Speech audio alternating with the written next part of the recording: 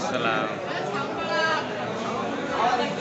ওই দেখা যায় তাল গাছ, ওই আমাদের গা, ওইখানেতে বাস করে কানা বগিচা।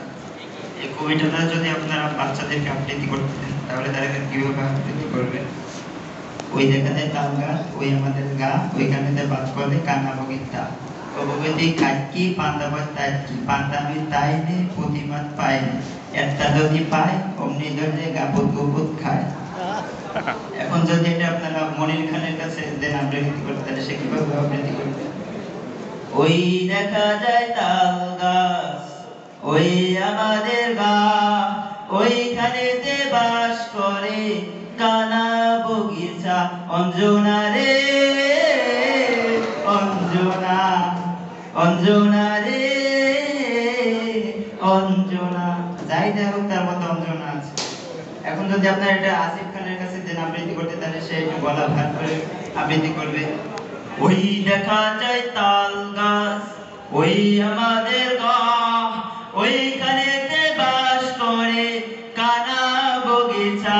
ও পিয়া পিয়া রে, আমি এখানে তুমি হাদিস পার্কে।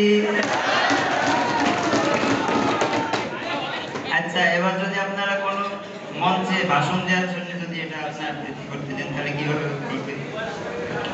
ওই দেখা যায় তাল গাছ, ওই আমাদের গা, ওইখানেতে বাস করে কানা বগিচা।